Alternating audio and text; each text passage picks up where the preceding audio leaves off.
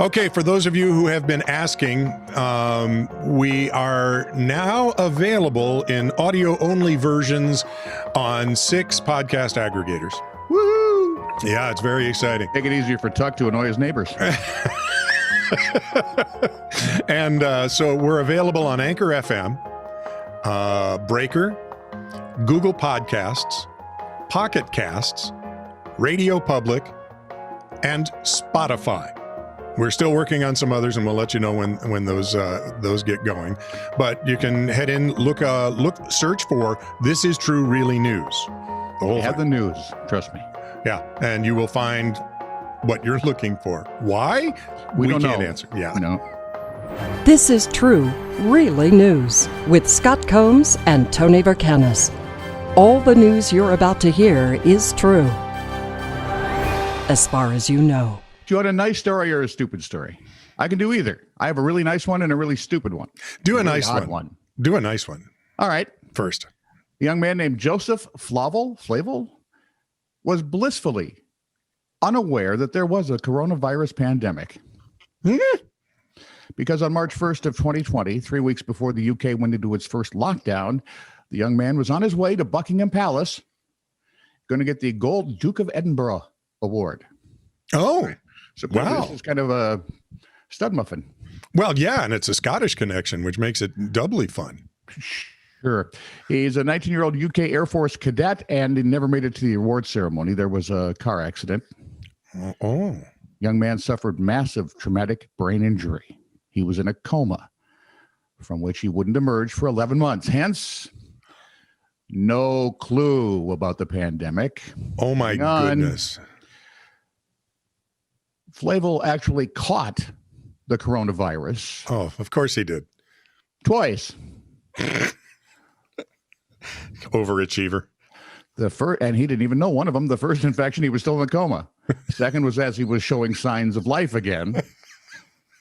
And he wishes I know, he you're was thinking, dead. Yeah. What? Can we please stop rolling this downhill? His mom said in a public statement he's been following commands. He's now able to move both of his legs, and he's answering yes and no through blinking. And the most amazing step, she said, is that he's still got his incredible sense of humor. And then some bad news, of course. It's the coronavirus, so his family can't actually go see him. They have been talking to him on video calls, and his aunt says he lights up whenever he sees parents or friends on screen.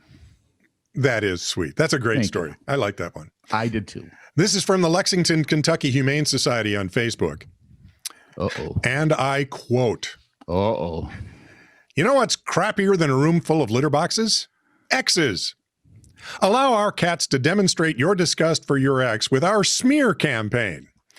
For only a $10 donation, your ex's name will be written on one of our litter boxes, waiting for our cats to literally poo on them. Flame fizzled out, catfished, dumped. Our adoptable kittens have your back and will dump all over your ex.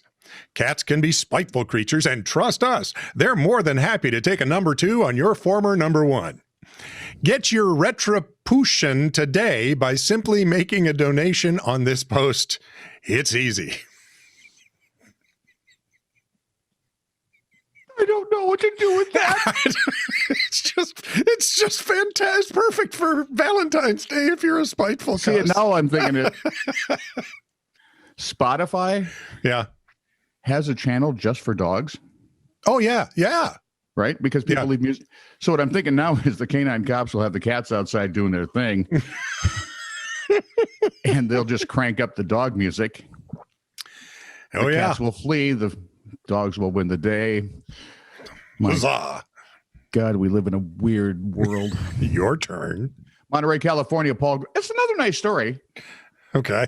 I just can't find weird, nasty, ugly, disgusting ones like you. Well, But I will, trust me, I'll pleasant keep looking. stories are fun. I love those. Paul Grisham's in Monterey, California. He lost his wallet back in 1958 in Antarctica, no less. Yes. One, why would you go to that place to lose your wallet? Yeah, I'd rather lose my wallet in Hawaii You know, somewhere in the Bahamas. or Cancun. We've both been there. Either way. And of course, it's a very long time ago. So imagine he was there. He's a meteorologist, naval meteorologist. He was there helping some private scientists with Operation Deep Freeze. So they were in the right place. Naval meteors? naval meteorologist. Yeah, but he studies naval meteors. No, Okay. He studies naval weather. If he were a naval astrologist, then it should be naval gazing. Boy, that was a weird way to go. Good job. That wasn't forced at all. Having all but forgotten about the wallet. Imagine his surprise when it's returned 53 years later. Inside, rather well preserved, he found his driver's license, which I'm sure he needed a lot up there. Down there? Which one? Depends on which way you're facing. Had his Navy ID card, and what I'm sure he's really upset about is he didn't have his beer ration card because that was in the wallet. Oh, holy Pete, he hadn't had a beer since then. I'll bet he has. There was also a guide for what to do during an atomic attack, a chemical attack, and a biological attack. Oddly, no mention of any money, so I can't slip the cold hard cash line in there, which is a little annoying. But I got the naval gazing, so I'm happy. His, by the way, wasn't the only wallet recently recovered there in Antarctica. A new wave of scientists were there, and in 2014, as they were doing some demolition, they were destroying things on Ross Island. Yeah. Researchers discovered a bunch of things that had been lost and sent them off to Stephen Decato. Why? Yeah. What the heck is he getting all the good stuff for? He and his daughter, Sarah, have earned a bit of a reputation as finders. Oh. So they hop on social media, they do this and that, and with their magic, bingo, the wallet's returned. Well, that is sweet. I love that. And all the way from Antarctica. Story. Yeah, it is. Wanted to use that cold hard cash line, though. Yeah, well, darn. You could have just thrown it in and then said, well, no, there actually wasn't any. I could have, but it wouldn't have been the same. All right, fine. When you have your heart set on that and have to end up with naval gazing, it's just... I'm still trying to work out the naval meteors. Lost in translation. I understand what Tuck is saying now. And not a moment too soon. Yes. Warning label. If the product has needle thread or rotating part, carefully wrap the child's neck hair or fingers, causing suffocation injury.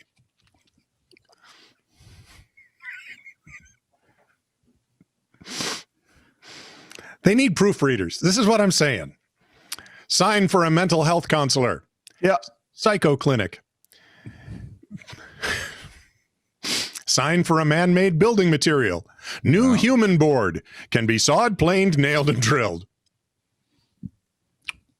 I have a disgusting joke for all of those and just move right along. This is true, really news. Send email to TITR@netradio.network.